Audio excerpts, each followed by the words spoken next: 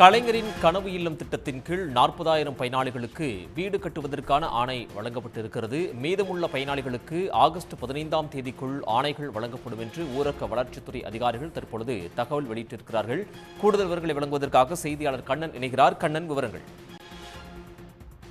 தமிழகத்தில் குடிசை வீடுகளில் குடியிருப்பவருக்கு புதிதாக கான்கிரீட் கூரையுடன் கூடிய வீடுகள் கட்டித்தரும் கலைஞரின் கனவு இல்லம் திட்டம் தொடர்பான அறிவிப்பை சட்டப்பேரவையில் நிதியமைச்சர் தங்கம் தென்னரசு கடந்த 19ஆம் தேதி அறிவித்திருந்தார்.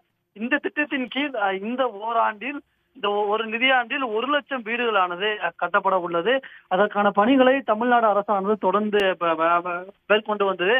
அதன்படி ஒரு வீட்டுக்கு 3.10 லட்சம் என்ற அடிப்படையில் 1 லட்சம் வீடுகளை கட்ட மொத்தம் 3100 கோடி ஒதுக்கீடு செய்யப்பட்டுள்ளது.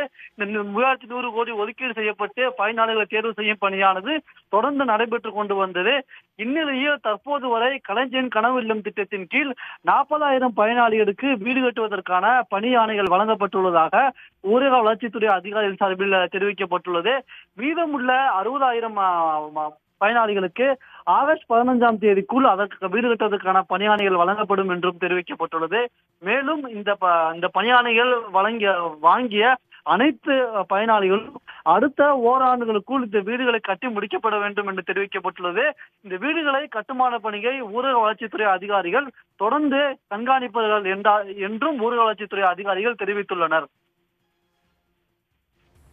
கண்ணன், தகவல்களுக்கு நன்றி. உள்ளூர் செய்திகள் முதல் உலக செய்திகள் வரை உங்களை சுற்றி நடக்கும் எல்லா செய்திகளையும் நொடிக்கு நொடி அறிந்து கொள்ள சன் நியூஸ் வாட்ஸ்அப் சேனலை ஃபாலோ செய்யுங்கள். QR கோடை ஸ்கேன் செய்து சன் நியூஸோடு இணைந்திருங்கள்.